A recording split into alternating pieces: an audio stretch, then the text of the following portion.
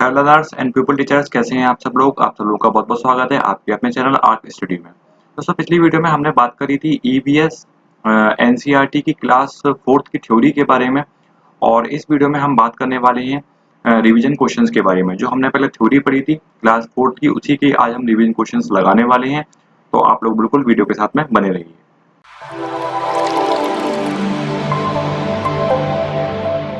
तो दोस्तों, आप देख सकते हैं कि यहाँ पे सीटेट ईवीएस के एनसीईआरटी की क्लास 4th के हम क्वेश्चंस लगाने वाले हैं। पिछली वीडियो हमने थ्योरी की बात करी थी। अगर आपने वो वीडियो नहीं देखी है तो आप ऊपर आई बटन पर क्लिक करके वो वीडियो देख सकते हैं। तो आज हम करने वाले हैं क्वेश्चंस। तो देखते हैं पहला क्वेश्चन। असम में बच्चे किस तरह स्कूल जाते हैं। आपका पहला ऑप्शन है बांस और रस्सी से बने पुल पर चलकर, दूसरा ट्रॉली पर बैठकर, तीसरा है ऊंट गाड़ी पर और चौथा है आपका बैलगाड़ी पर। तो इसका सही आंसर है आपका असम में बच्चे जाते हैं बांस और रस्सी से बने पुल पर चलकर, क्योंकि वहां पे असम में क्या होता है, बहुत ज्यादा बारिश होती है। इसलिए वहां पर जो है मकान भी इस तरीके से जमीन से ऊपर बनाए जाते हैं और उसी तरीके से वहां पर जो है वो पुल पर चलकर जो है बच्चे स्कूल जाते हैं। दूसरा क्वेश्चन है लद्दाख में बच्चे किस तरह स्कूल जाते हैं। बांस और रस्सी से बने पुल पर चलकर, ट्रॉली पर बैठकर, ऊंट गाड़ी पर, फिर बैलगाड़ी पर। ये भी हमने पढ़ रखा है। तो इसका सही आंसर है ट्रॉली पर बैठकर। आगे चलते हैं। केरल में बच्चे किस तरह स्कूल जाते हैं। बांस और रस्सी से बने पुल पर चलकर, बल्लम, नाव में बैठकर, ऊंट गाड़ी पर, बैलगाड़ी पर। तो ये भी हमने पढ़ चुके हैं। तो इसका सही आंसर है आपका बल्लम, नाव में बैठकर। बल्लम क्या होती है, छोटी जो है वो लकड़ी की एक नाव होती है, उसको केरल में बल्लम नाम से पुकारा जाता है। उसके बाद आगे बढ़ते हैं। राजस्थान में बच्चे किस तरह स्कूल जाते हैं। बांस और रस्सी से बने पुल पर चलकर, बल्लम नाव में बैठकर, ऊंट गाड़ी पर, बैलगाड़ी पर। तो इसका सही आंसर है आपका ऊंट गाड़ी पर। आगे बढ़ते हैं। मैदानी इलाकों में बच्चे किस तरह स्कूल जाते हैं। बांस और रस्सी से बने पुल पर चलकर, बल्लम नाव में बैठकर, ऊंट गाड़ी पर, बैलगाड़ी पर। तो इसका सही आंसर है बैलगाड़ी पर। आगे बढ़ते हैं। जानवरों की खाल पर डिजाइन किस वजह से होता है। खाल ही ऐसी होती है उनकी, प्राकृतिक रूप से होते हैं उनकी होती है उनकी जो खाल पे जो डिजाइन होती है, बालों की वजह से होती है या फिर डिजाइन होता ही नहीं है, हमें बस केवल दिखाई देती है। ये तो बिल्कुल गलत आंसर है। तो इसका सही आंसर है आपका बालों की वजह से। सातवां क्वेश्चन। एक बड़ा हाथी एक दिन में कितनी झाड़ियां और पत्ते खा लेता है। 100 किलोग्राम, 150 किलोग्राम, 200 किलोग्राम या 250 किलोग्राम। तो इसका सही आंसर है 100 किलोग्राम। आठवां क्वेश्चन। 3 महीने के हाथी का वजन कितना होता है। 100 किलोग्राम, 200 किलोग्राम, 250 किलोग्राम या 300 किलोग्राम। तो इसका सही आंसर है आपका 200 किलोग्राम। हाथी कितने घंटे सोता है। 2 से 4 घंटे, 4 से 5 घंटे, 5 से 6 घंटे, 7 से 8 घंटे। तो इसका आपका सही आंसर है 2 से 4 घंटे। आगे बढ़ते हैं। खेजड़ी पेड़ किस काम नहीं आता है। यहाँ पे पूछा है किस काम नहीं आता है। आपके ऑप्शन है दवा, इसकी लकड़ी को कीड़ा नहीं लगता है इसलिए इसकी लकड़ी काम आती है। तीसरा, इसकी फलियों की सब्जी बनाई जाती है। चौथा, इसकी लकड़ी का प्रयोग ईंधन के लिए किया जाता है। तो ये आपकी जो आपका चौथा क्वेश्चन आंसर है वो इसका गलत है कि इसकी लकड़ी का प्रयोग जो है वो ईंधन के लिए किया जाता है। कौन सा समय मधुमक्खियों के अंडे देने का होता है। जनवरी से मार्च, जुलाई से अक्टूबर, अक्टूबर से दिसंबर, दिसंबर से फरवरी। तो इसका आपका सही आंसर है अक्टूबर से दिसंबर तक। आगे बढ़ते हैं। 12वां क्वेश्चन। जब एक मधुमक्खी को रस मिल जाता है तो वह अपनी साथी मक्खी को किस तरह बताती है। गुनगुना के, आवाज निकाल के, नाच करके या फिर कुछ नहीं करती है। तो आपका इसका सही आंसर है नाच करके। क्वेश्चन 13। गोवा से केरल तक के रास्ते में, ये गलत हो गया सॉरी, कितनी सुरंग और पुल पड़ते हैं। 50 यानी 50 सुरंग, 2000 पुल, 2000 सुरंग, 50 पुल, 2000 सुरंग, 92 पुल, 92 सुरंग और 2000 पुल। तो इसका आपका सही आंसर है 92 तो सुरंग पड़ती हैं और 2000 जो है पुल पड़ते हैं गोवा से लेकर केरल तक के रास्ते में। केरल में क्या प्रसिद्ध है। इडली बड़ा, ढोकला चटनी, लेमन चावल या मिठाई। तो इसका सही आंसर है आपका इडली बड़ा।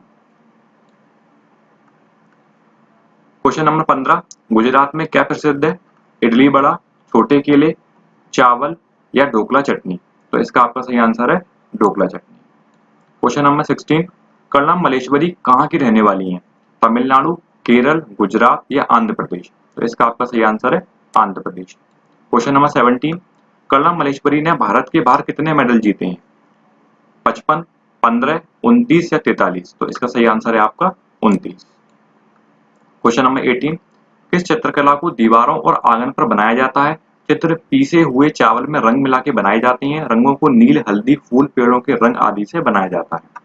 मधुबनी चित्रकला, पोचमपल्ली, कचनार चित्रकला या फिर स्टिपो चित्रकला? तो इसका आपका सही आंसर है मधुबनी चित्रकला, जो कि बिहार की है। आगे बढ़ते हैं क्वेश्चन नंबर 19, उत्तर प्रदेश का कौन सा जिला इत्र के लिए मशहूर है? पहला है आपका मथुरा, कानपुर, कन्नौज या फिर लखनऊ? तो इसका सही आंसर है आपका कन्नौज। क्वेश्चन नंबर 20, मिट्टी में क्या मिलाने से उसमें कीड़ा नहीं लगता है? गोबर, नीम की लकड़ी, कीकर की लकड़ी या फिर इलीगे? तो इसका आपका सही आंसर है गोबर। नीम की लकड़ी और कीकर की लकड़ी का प्रयोग हम करते हैं ताकि जो आपकी लकड़ी है उसमें दीमक ना लगे।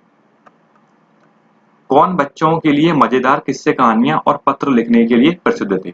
विजेंद्र पाल सिसोदिया, गिजुभाई बधेका, श्री प्रसाद, विष्णु चिंचालक? तो इसका सही आंसर है आपका गिजुभाई बधेका, जो कि गुजरात के थे। कौन सा पक्षी अपना घोंसला लोहे के तार और लकड़ी की शाखाओं से बनाता है? कोयल, कौवा, कबूतर, बीवर? तो इसका सही आंसर है आपका कौवा। कौन सा पक्षी अपना घोंसला नहीं बनाता है बल्कि वह कौए के घोंसले में अपने अंडे देता है? इंडियन रॉबिन, कलचिड़ी, कोयल या फिर कबूतर? तो इसका आपका सही आंसर है कोयल। कौन सा पक्षी पेड़ के तने में गहरा छेद बनाकर उसमें अंडे देता है? पहला है बसंत गौरी, दूसरा दर्जन चिड़िया, तीसरा शक्कर कोरा, चौथा बीवर पक्षी? तो इसका आपका सही आंसर है बसंत गौरी। कौन से जानवर के दांत हमेशा बढ़ते रहते हैं? बिल्ली, चूहा, गाय या गिलहरी? तो इसका सही आंसर है आपका गिलहरी। बरगद के पेड़ की लटकन पेड़ का कौन सा भाग होती है? जड़, तना, पत्ती या टहनी? तो इसका सही आंसर है आपका जड़। रेगिस्तानी ओक जिसकी ऊंचाई 1 मंजिल तक होती है, पत्तियां बहुत ही कम होती हैं और ये पानी अपने तने में इकट्ठा कर लेता है, कहाँ पाया जाता है? श्रीलंका, थाईलैंड, ऑस्ट्रेलिया या भारत? तो इसका आपका सही आंसर है ऑस्ट्रेलिया। आगे बढ़ते हैं। माघ बिहू 14 और 15 जनवरी, यानी कि ये हमारे इंग्लिश कैलेंडर के हिसाब से 14-15 जनवरी को और असमिया कैलेंडर के हिसाब से 10वें महीने की माघ की प्रथम तृतीया को मनाया जाता है। तो ये कौन से राज्य में मनाया जाता है माघ बिहू त्योहार? आपके ऑप्शन है मेघालय, सिक्किम, असम या अरुणाचल प्रदेश? तो इसका सही आंसर है आपका असम।